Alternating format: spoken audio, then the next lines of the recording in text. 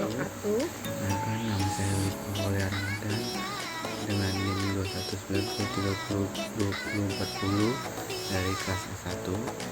Dan saya Lailatul Mukaromah dengan NIM 21907002056 kelas A1. Di sini kami akan menjelaskan apa itu laporan laba rugi di mata kuliah Manajemen Keuangan 1. Dengan dosen pengampu yaitu Bapak Bonifasius Nainggolan yang kami hormati. Selamat menyaksikan. Laporan laba rugi. Apa itu laporan laba rugi? Laporan laba rugi adalah salah satu dari 3 laporan keuangan penting yang digunakan untuk melaporkan kinerja keuangan perusahaan selama periode akuntansi tertentu, dengan 2 laporan utama lainnya yaitu neraca dan laporan arus kas. Pertanyaannya adalah apakah laporan laba rugi itu?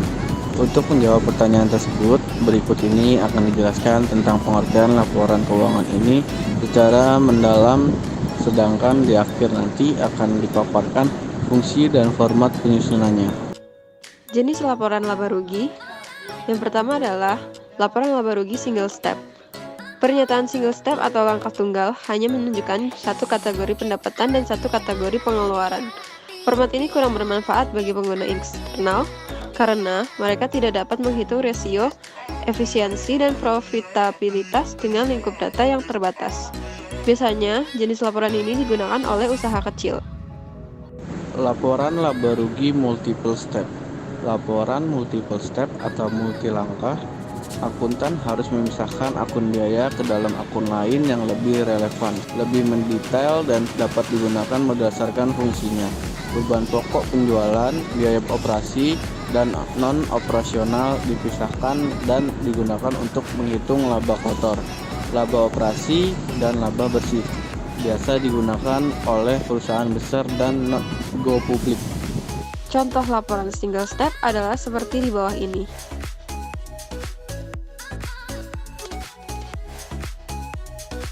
Fungsi laporan laba rugi. Yang pertama adalah sebagai dasar untuk evaluasi keuangan. Yang kedua, untuk mengetahui perkembangan usaha dari segi finansial. Dan yang ketiga, data keuangan yang tersaji sebagai dasar dalam pengambilan kebijakan perusahaan. Siapa yang menggunakan laba rugi? Ada 2 kelompok utama orang yang menggunakan laporan keuangan ini, pengguna internal dan eksternal. Pengguna internal termasuk manajemen perusahaan dan dewan direksi yang menggunakan informasi ini untuk menganalisa posisi bisnis dan membuat keputusan untuk menghasilkan keuntungan. Mereka juga dapat bertindak berdasarkan masalah apapun terkait arus kas. Yang kedua, ada pengguna eksternal, terdiri dari investor, kreditor, dan pesaing. Investor pemeriksa apakah perusahaan diposisikan untuk tumbuh dan menguntungkan di masa depan, sehingga mereka dapat memutuskan apakah akan berinvestasi dalam bisnis tersebut.